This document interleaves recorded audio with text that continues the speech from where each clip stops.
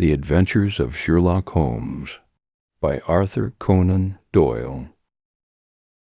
A Scandal in Bohemia. Chapter 1.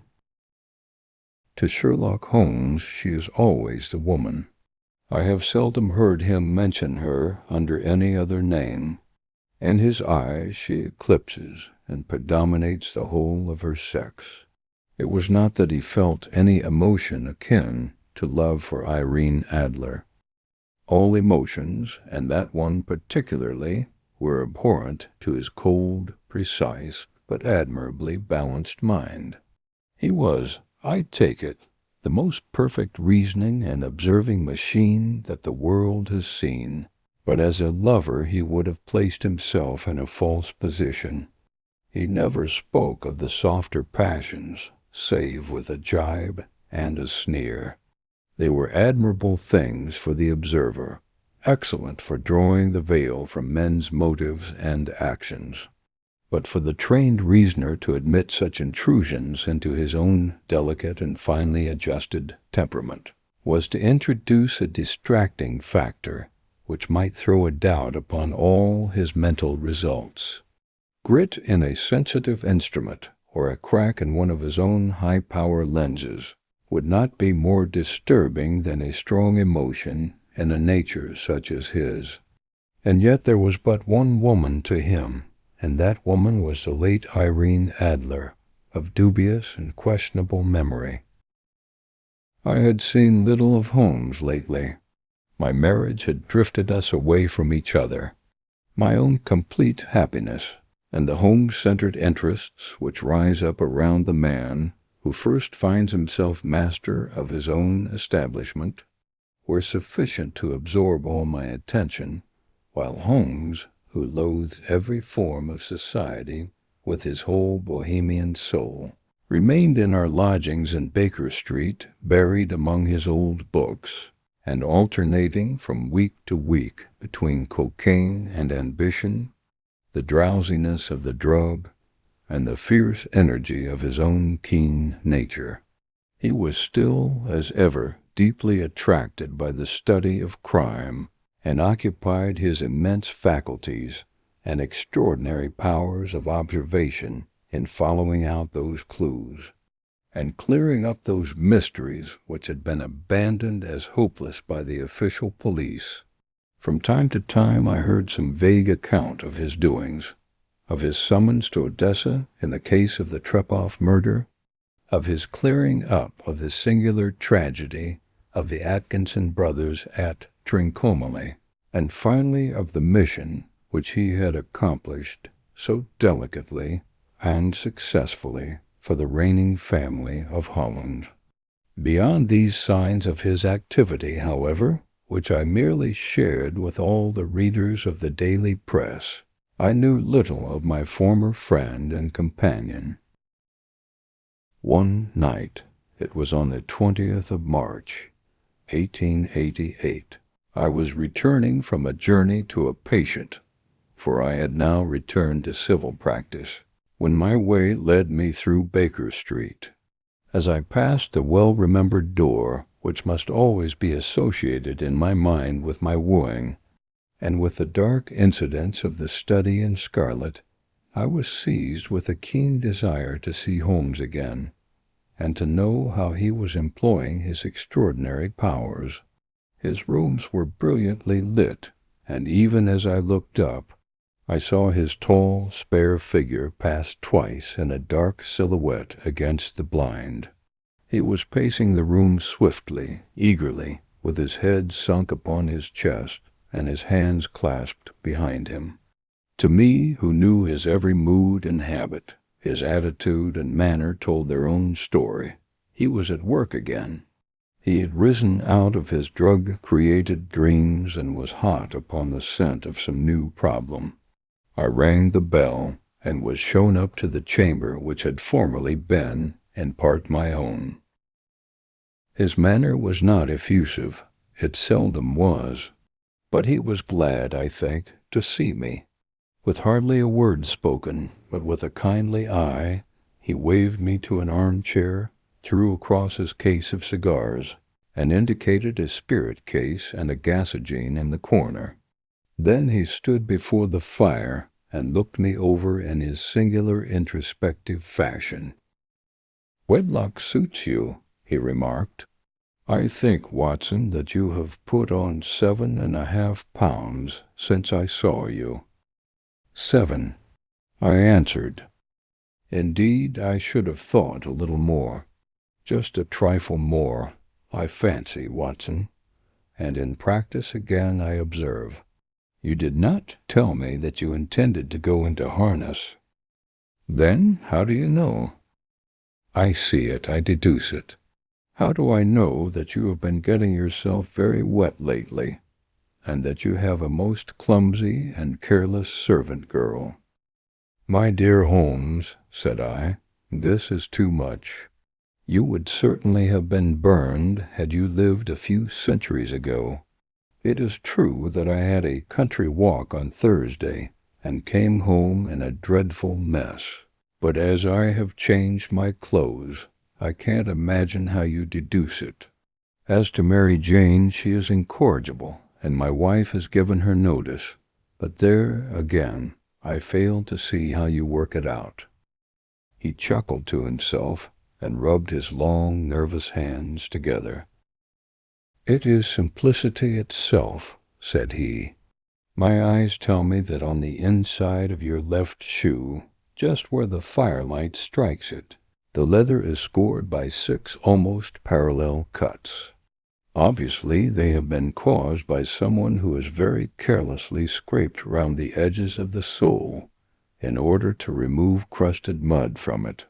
Hence, you see my double deduction that you had been out in vile weather, and that you had a particularly malignant boot-slitting specimen of the London slavey. As to your practice, if a gentleman walks into my rooms smelling of iodoform, with a black mark of nitrate of silver upon his right forefinger, and a bulge on the right side of his top hat, to show where he has secreted his stethoscope, I must be dull, indeed, if I do not pronounce him to be an active member of the medical profession." I could not help laughing at the ease with which he explained his process of deduction.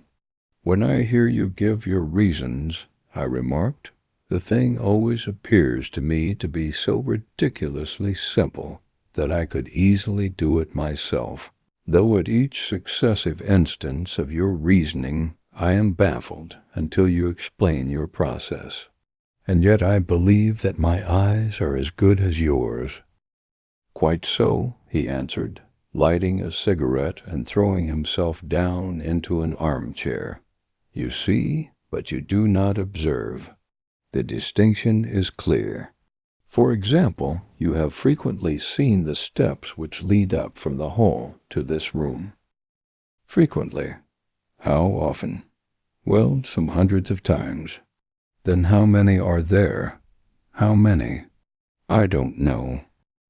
"Quite so. You have not observed, and yet you have seen. That is just my point. Now, I know that there are 17 steps, because I have both seen and observed. By the way, since you are interested in these little problems, and since you are good enough to chronicle 1 or 2 of my trifling experiences, you may be interested in this." He threw over a sheet of thick, pink-tinted notepaper which had been lying open upon the table. "It came by the last post," said he. "Read it aloud." The note was undated, and without either signature or address. "There will call upon you tonight at 7:45 o'clock, it said, "a gentleman who desires to consult you upon a matter of the very deepest moment. Your recent services to one of the royal houses of Europe have shown that you are one who may safely be trusted with matters which are of an importance which can hardly be exaggerated. This account of you we have from all quarters received. Be in your chamber then at that hour, and do not take it amiss if your visitor wear a mask." This is indeed a mystery, I remarked. What do you imagine that it means? I have no data yet. It is a capital mistake to theorize before one has data. Insensibly one begins to twist facts to suit theories, instead of theories to suit facts. But the note itself, what do you deduce from it? I carefully examined the writing and the paper upon which it was written. The man who wrote it was presumably well-to-do, I remarked, endeavoring to imitate my companion's processes. Such paper could not be bought under half-a-crown a packet. It is peculiarly strong and stiff. Peculiar, that is the very word, said Holmes. It is not an English paper at all. Hold it up to the light. I did so and saw a large E with a small g, a P, and a large G with a small t woven into the texture of the paper. What do you make of that? Asked Holmes. The name of the maker, no doubt. Or his monogram, rather. Not at all. The G with the small t stands for Gesellschaft, which is the German for company. It is a customary contraction like our co. P, of course, stands for papier. Now for the E.G. Let us glance at our Continental Gazetteer. He took down a heavy brown volume from his shelves. Eglinitz, here we are, Igria. It is in a German-speaking country, in Bohemia, not far from Carlsbad. Remarkable as being the scene of the death of Wallenstein and for its numerous glass factories and paper mills. Ha, my boy, what do you make of that? His eyes sparkled, and he sent up a great blue triumphant cloud from his cigarette. The paper was made in Bohemia, I said. Precisely, and the man who wrote the note is a German. Do you note the peculiar construction of the sentence?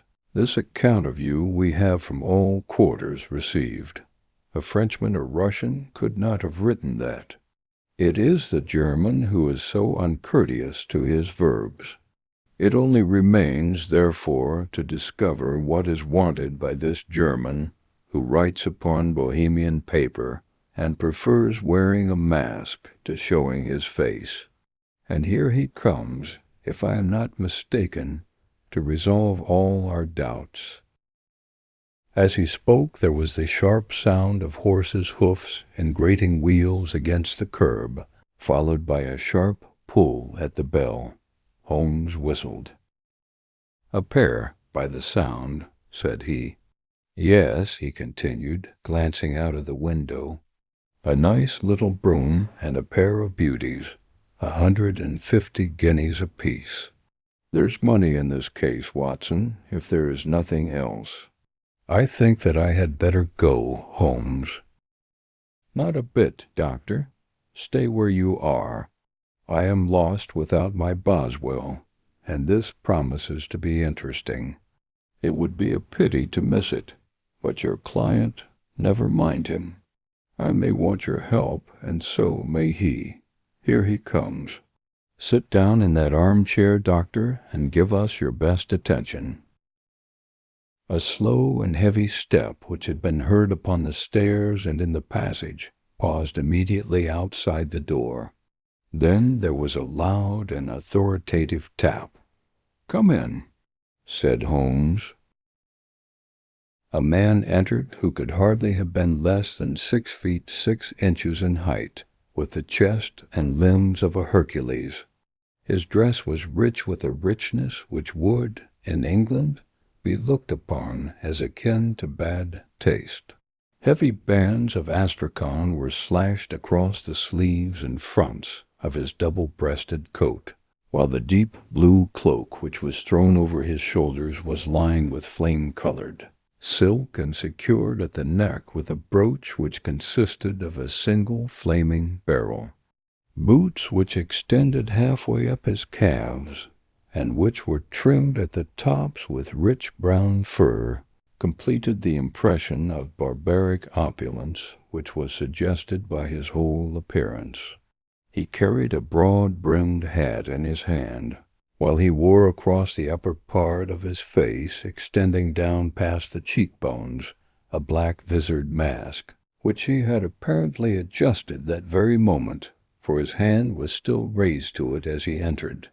From the lower part of the face he appeared to be a man of strong character, with a thick, hanging lip and a long, straight chin suggestive of resolution, pushed to the length of obstinacy. "You had my note?" he asked with a deep, harsh voice and a strongly marked German accent. "I told you that I would call." He looked from one to the other of us, as if uncertain which to address. "Pray take a seat," said Holmes. "This is my friend and colleague, Dr. Watson, who is occasionally good enough to help me in my cases. Whom have I the honor to address?" "You may address me as the Count von Kram, a Bohemian nobleman.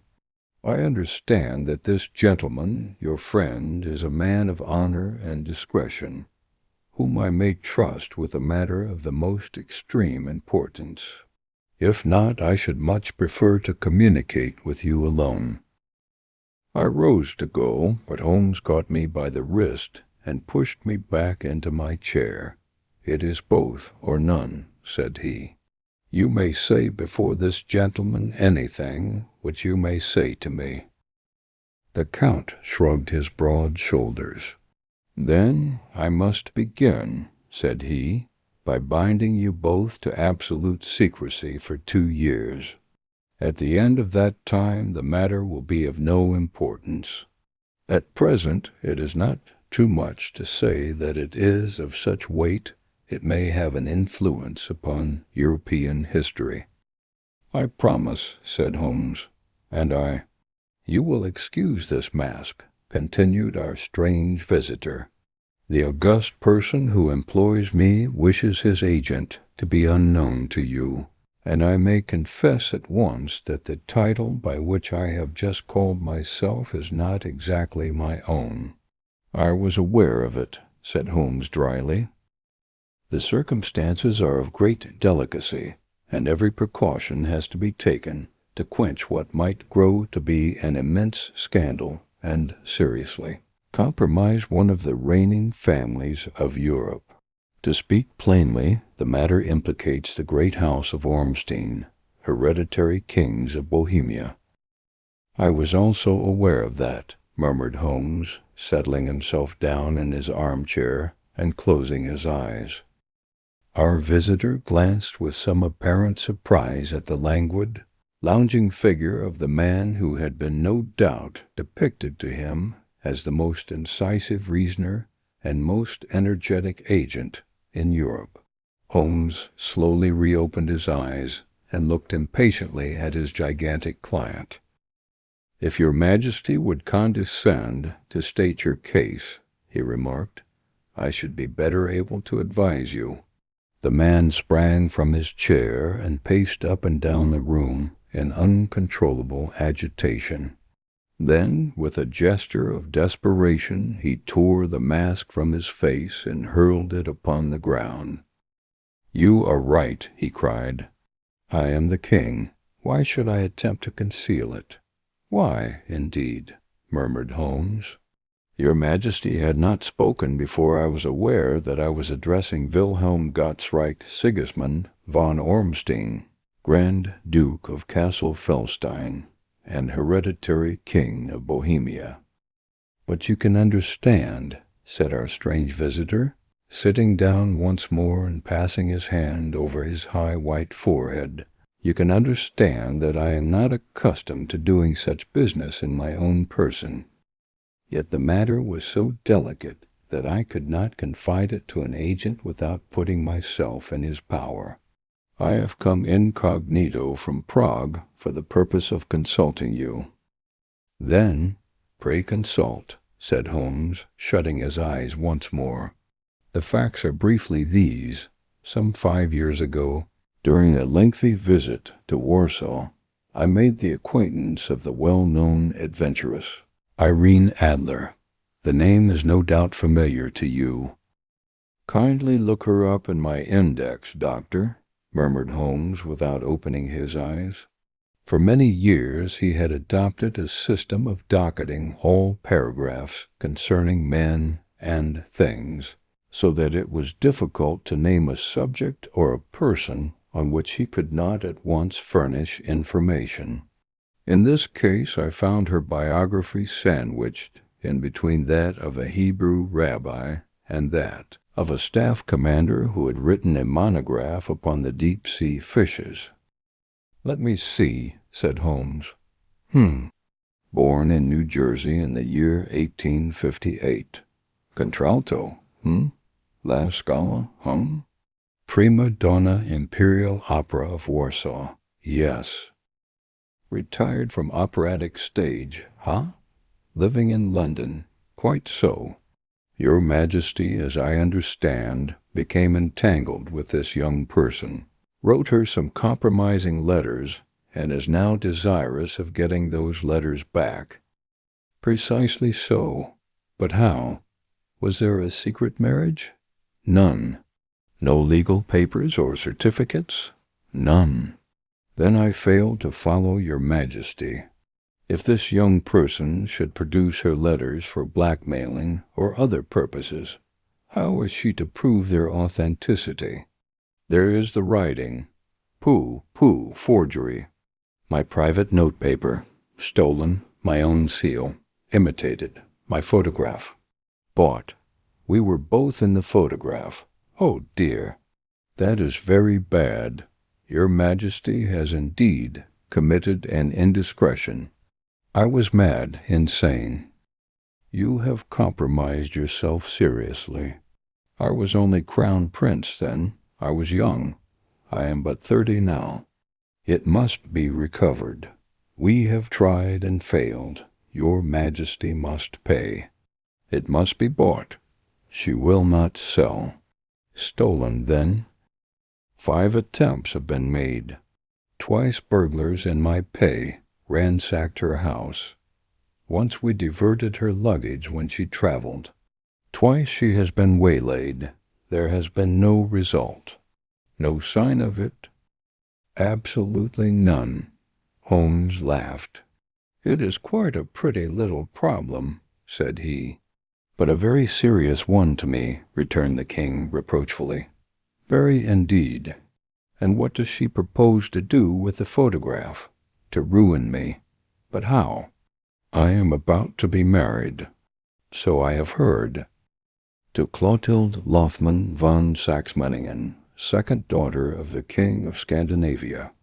You may know the strict principles of her family. She is herself the very soul of delicacy. A shadow of a doubt as to my conduct would bring the matter to an end." "And Irene Adler?"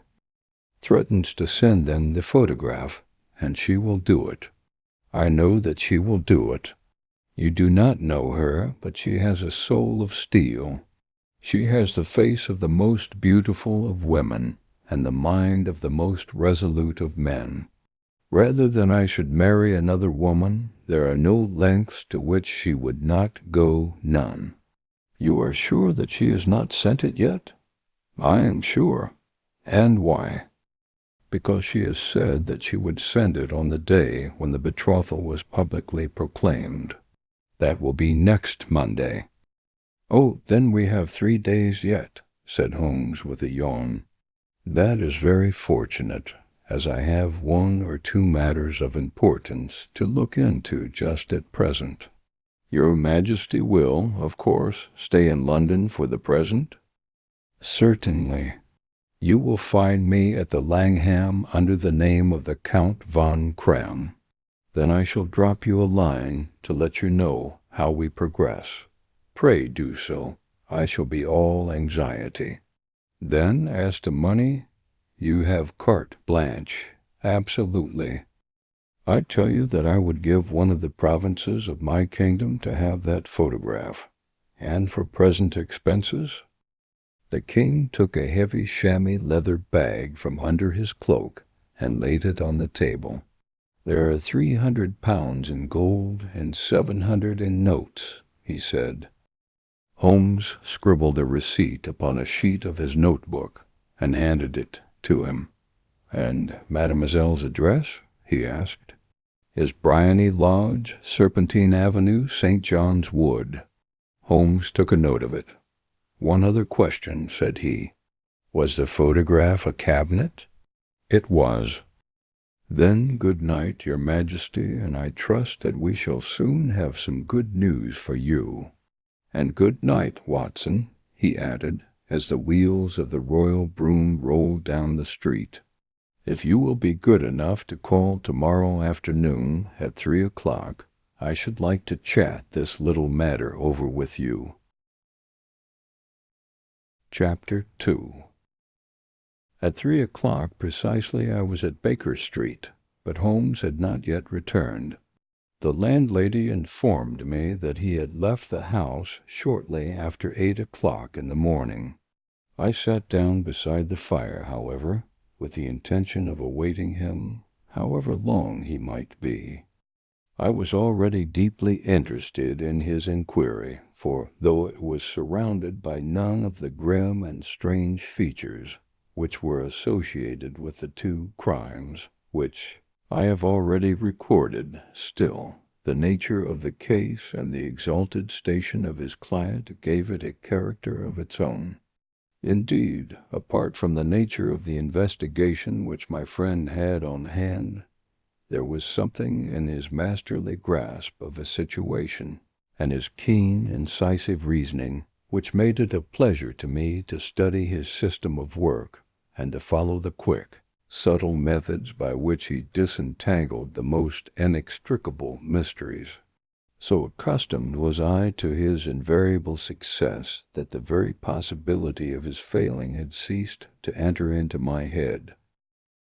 It was close upon 4 before the door opened, and a drunken-looking groom, ill-kempt and side-whiskered, with an inflamed face and disreputable clothes, walked into the room. Accustomed as I was to my friend's amazing powers in the use of disguises, I had to look 3 times before I was certain that it was indeed he. With a nod he vanished into the bedroom, whence he emerged in 5 minutes tweed-suited and respectable as of old. Putting his hands into his pockets, he stretched out his legs in front of the fire and laughed heartily for some minutes. "Well, really," he cried, and then he choked and laughed again until he was obliged to lie back, limp and helpless, in the chair. "What is it? It's quite too funny. I am sure you could never guess how I employed my morning, or what I ended by doing." "I can't imagine. I suppose that you have been watching the habits, and perhaps the house, of Miss Irene Adler." "Quite so, but the sequel was rather unusual. I will tell you, however. I left the house a little after 8 o'clock this morning, in the character of a groom out of work. There is a wonderful sympathy and freemasonry among horsey men.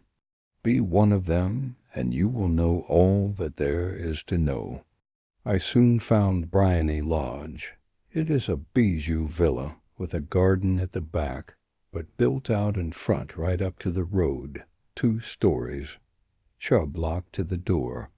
Large sitting room on the right side, well furnished, with long windows almost to the floor, and those preposterous English window fasteners which a child could open.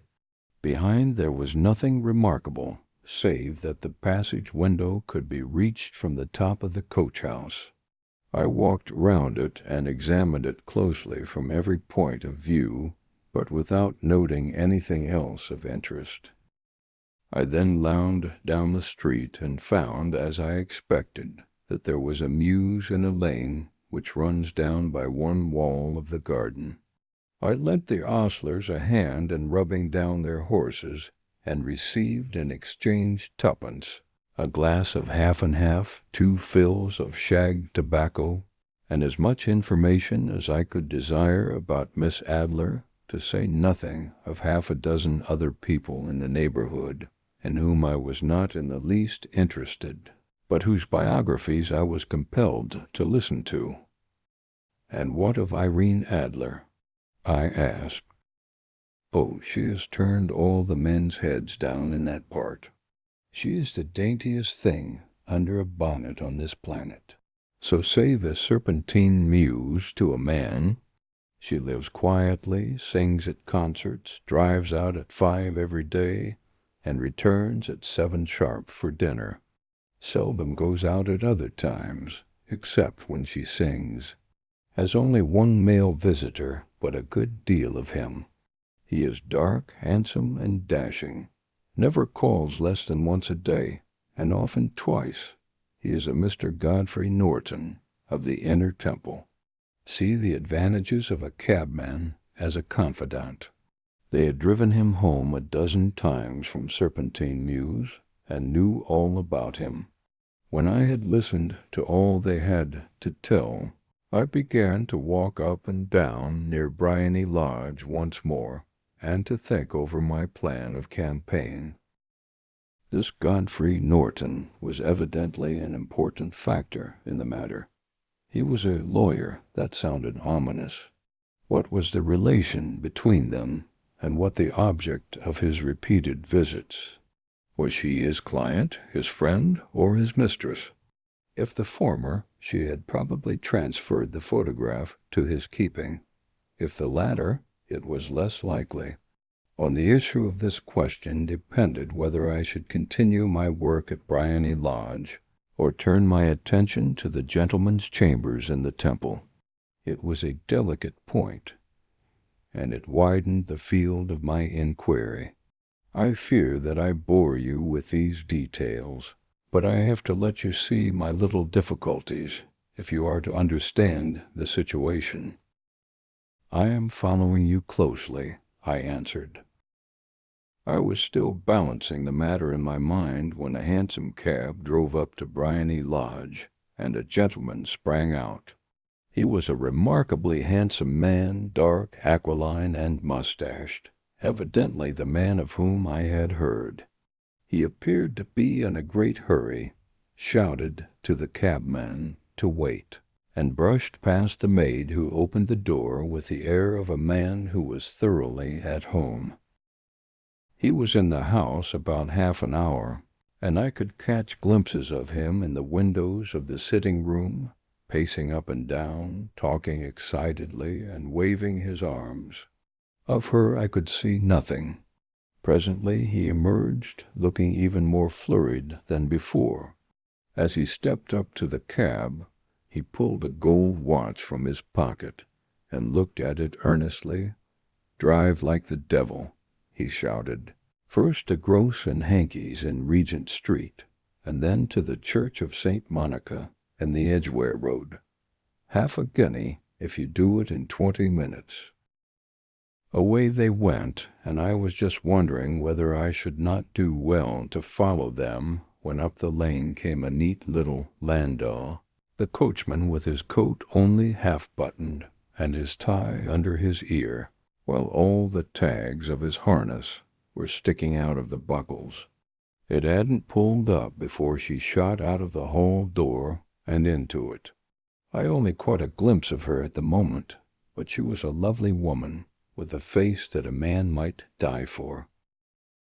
"The Church of St. Monica, John," she cried, "and half a sovereign if you reach it in 20 minutes. This was quite too good to lose, Watson. I was just balancing whether I should run for it or whether I should perch behind her landau when a cab came through the street. The driver looked twice at such a shabby fare, but I jumped in before he could object. "The Church of St. Monica," said I, "and half a sovereign if you reach it in 20 minutes. It was 25 minutes to 12, and of course it was clear enough what was in the wind." My cabby drove fast. I don't think I ever drove faster, but the others were there before us. The cab and the landau with their steaming horses were in front of the door when I arrived. I paid the man and hurried into the church. There was not a soul there save the two whom I had followed and a surpliced clergyman, who seemed to be expostulating with them. They were all three standing in a knot in front of the altar. I lounged up the side aisle like any other idler who has dropped into a church. Suddenly, to my surprise, the three at the altar faced round to me, and Godfrey Norton came running as hard as he could towards me. "Thank God," he cried. "You'll do. Come, come." "What then?" I asked. "Come, man, come. Only 3 minutes, or it won't be legal." I was half dragged up to the altar, and before I knew where I was, I found myself mumbling responses which were whispered in my ear, and vouching for things of which I knew nothing, and generally assisting in the secure tying up of Irene Adler, spinster, to Godfrey Norton, bachelor. It was all done in an instant, and there was the gentleman thanking me on the one side and the lady on the other, while the clergyman beamed on me in front. It was the most preposterous position in which I ever found myself in my life, and it was the thought of it that started me laughing just now. It seems that there had been some informality about their license, that the clergyman absolutely refused to marry them without a witness of some sort, and that my lucky appearance saved the bridegroom from having to sally out into the streets in search of a best man. The bride gave me a sovereign, and I mean to wear it on my watch chain in memory of the occasion. "This is a very unexpected turn of affairs," said I. "And what then?" Well, I found my plans very seriously menaced. It looked as if the pair might take an immediate departure, and so necessitate very prompt and energetic measures on my part. At the church door, however, they separated, he driving back to the temple, and she to her own house. "I shall drive out in the park at 5 as usual," she said as she left him. I heard no more. They drove away in different directions, and I went off to make my own arrangements, which are "some cold beef and a glass of beer," he answered, ringing the bell. "I have been too busy to think of food, and I am likely to be busier still this evening. By the way, Doctor, I shall want your cooperation." "I shall be delighted." "You don't mind breaking the law?" "Not in the least." "Nor running a chance of arrest?" "Not in a good cause." "Oh, the cause is excellent." "Then I am your man." "I was sure that I might rely on you. But what is it you wish?"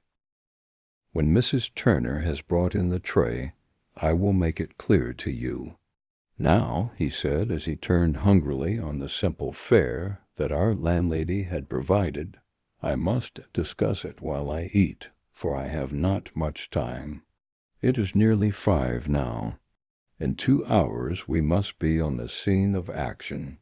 Miss Irene, or Madame, rather, returns from her drive at 7. We must be at Briony Lodge to meet her." "And what then?" "You must leave that to me. I have already arranged what is to occur. There is only one point on which I must insist. You must not interfere, come what may. You understand?" "I am to be neutral?" "To do nothing whatever. There will probably be some small unpleasantness. Do not join in it. It will end in my being conveyed into the house. 4 or 5 minutes afterwards, the sitting-room window will open. You are to station yourself close to that open window." "Yes." "You are to watch me, for I will be visible to you." "Yes." "And when I raise my hand, so you will throw into the room what I give you to throw, and will, at the same time, raise the cry of fire. You quite follow me?" "Entirely." "It is nothing very formidable," he said, taking a long cigar-shaped roll from his pocket. "It is an ordinary plumber's smoke rocket, fitted with a cap at either end to make it self-lighting. Your task is confined to that. When you raise your cry of fire, it will be taken up by quite a number of people. You may then walk to the end of the street, and I will rejoin you in 10 minutes. I hope that I have made myself clear. I am to remain neutral, to get near the window, to watch you, and at the signal to throw in this object, then to raise the cry of fire, and to wait you at the corner of the street." "Precisely." "Then you may entirely rely on me." "That is excellent. I think, perhaps, it is almost time that I prepare for the new role I have to play." He disappeared into his bedroom and returned, in a few minutes, in the character of an amiable and simple-minded nonconformist clergyman. His broad black hat, his baggy trousers, his white tie, his sympathetic smile, and general look of peering and benevolent curiosity were such as Mr. John Hare alone could have equaled. It was not merely that Holmes changed his costume. His expression, his manner, his very soul, seemed to vary with every fresh part that he assumed. The stage lost a fine actor, even as science lost an acute reasoner, when he became a specialist in crime. It was 6:15 when we left Baker Street, and it still wanted 10 minutes to the hour when we found ourselves in Serpentine Avenue. It was already dusk, and the lamps were just being lighted as we paced up and down in front of Briony Lodge, waiting for the coming of its occupant. The house was just such as I had pictured it from Sherlock Holmes' succinct description, but the locality appeared to be less private than I expected. On the contrary, for a small street in a quiet neighborhood, it was remarkably animated. There was a group of shabbily dressed men, smoking and laughing in a corner, a scissors grinder with his wheel, 2 guardsmen who were flirting with a nurse girl, and several well-dressed young men who were lounging up and down with cigars in their mouths. "You see," remarked Holmes as we paced to and fro in front of the house, "this marriage rather simplifies matters. The photograph becomes a double-edged weapon now. The chances are that she would be as averse to its being seen by Mr. Godfrey Norton as our client is to its coming to the eyes of his princess. Now the question is, where are we to find the photograph? Where, indeed? It is most unlikely that she carries it about with her. It is cabinet size, too large for easy concealment about a woman's dress. She knows that the king is capable of having her waylaid and searched. 2 attempts of the sort have already been made. We may take it, then, that she does not carry it about with her. Where, then? Her banker or her lawyer? There is that double possibility. But I am inclined to think neither. Women are naturally secretive, and they like to do their own secreting. Why should she hand it over to anyone else? She could trust her own guardianship, but she could not tell what indirect or political influence might be brought to bear upon a businessman. Besides, remember that she had resolved to use it within a few days. It must be where she can lay her hands upon it. It must be in her own house. But it has twice been burgled. Pshaw, they did not know how to look. But how will you look? I will not look. What then? I will get her to show me, but she will refuse. She will not be able to, but I hear the rumble of wheels. It is her carriage. Now carry out my orders to the letter. As he spoke, the gleam of the sidelights of a carriage came round the curve of the avenue. It was a smart little landau which rattled up to the door of Briony Lodge.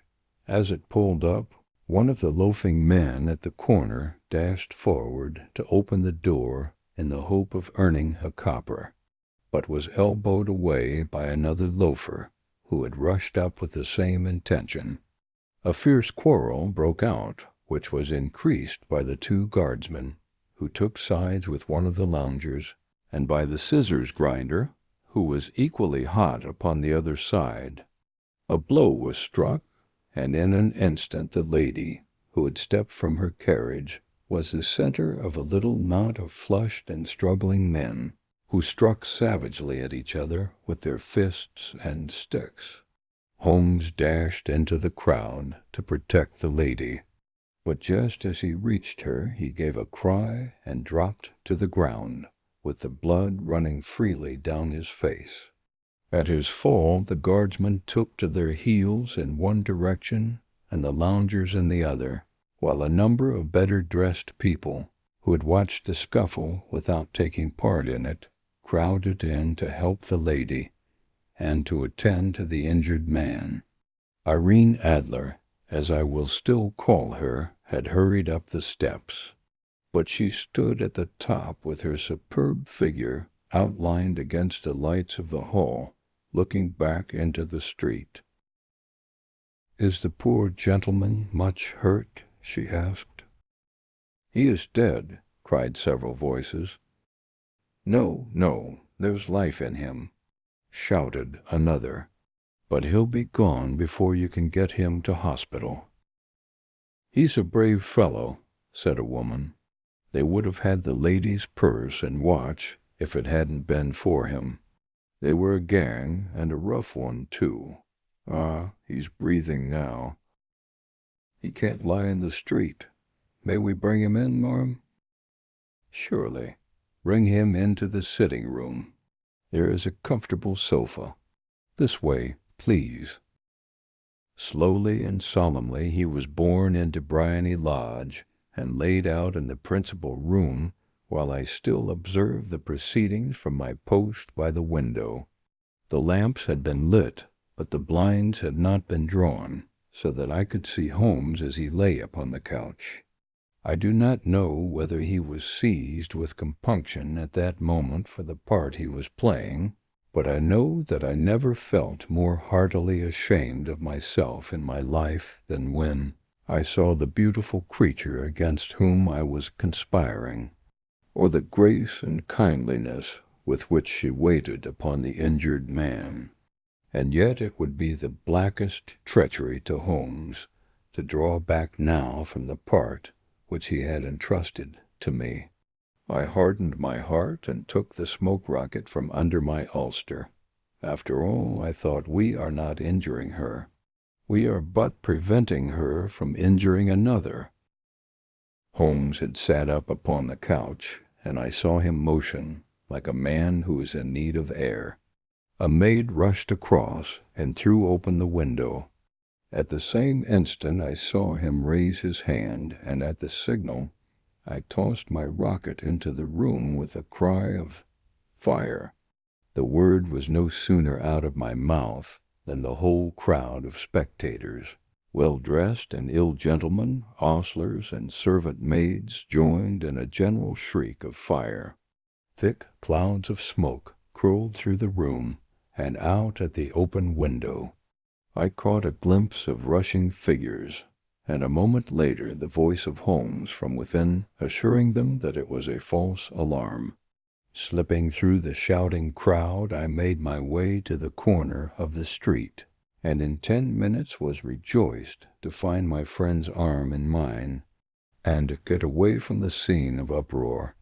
He walked swiftly and in silence for some few minutes until we had turned down one of the quiet streets which lead towards the Edgware Road.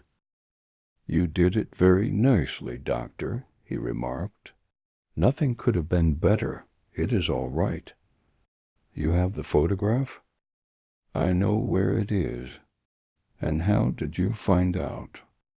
She showed me, as I told you she would. I am still in the dark. I do not wish to make a mystery, said he, laughing. The matter was perfectly simple. You, of course, saw that everyone in the street was an accomplice. They were all engaged for the evening. I guessed as much. Then, when the row broke out, I had a little moist red paint in the palm of my hand. I rushed forward, fell down, clapped my hand to my face, and became a piteous spectacle. It is an old trick. That also I could fathom. Then they carried me in. She was bound to have me in. What else could she do? And into her sitting-room, which was the very room which I suspected.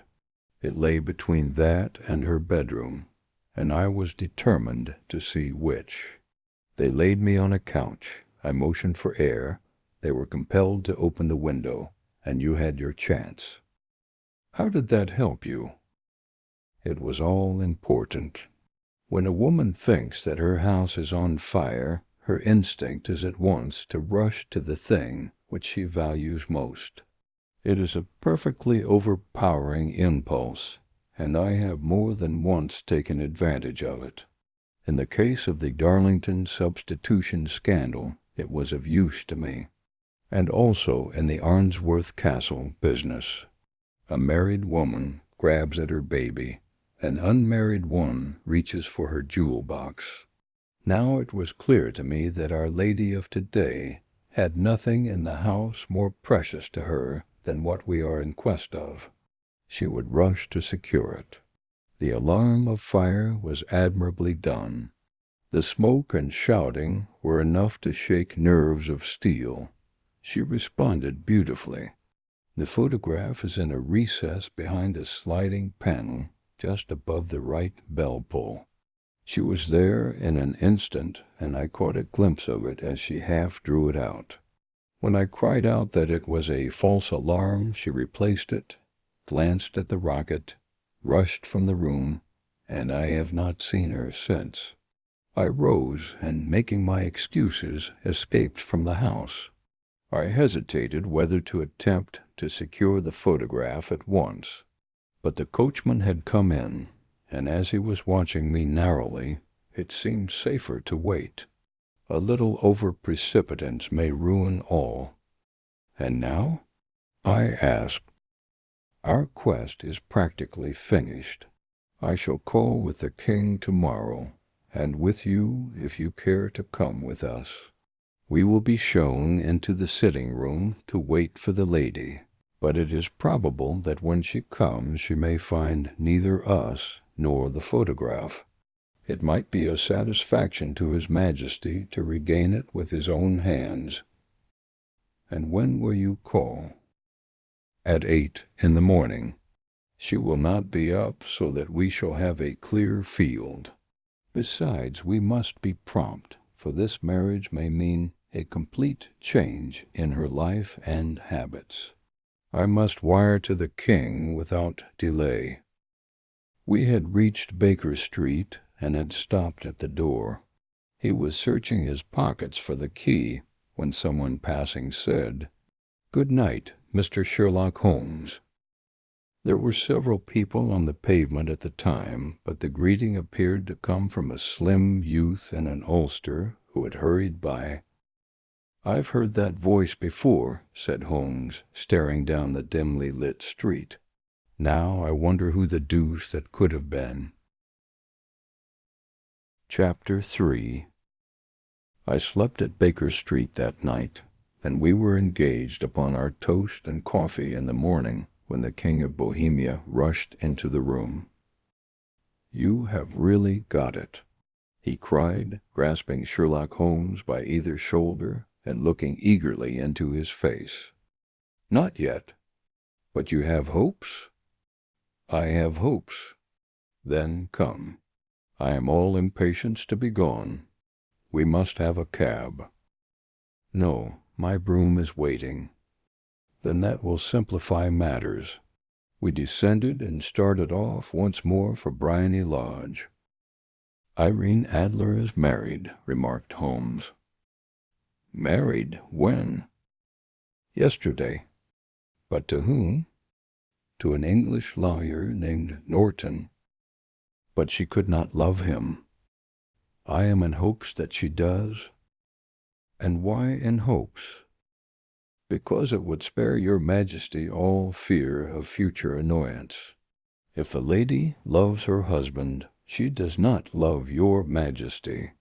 If she does not love your Majesty, there is no reason why she should interfere with your Majesty's plan.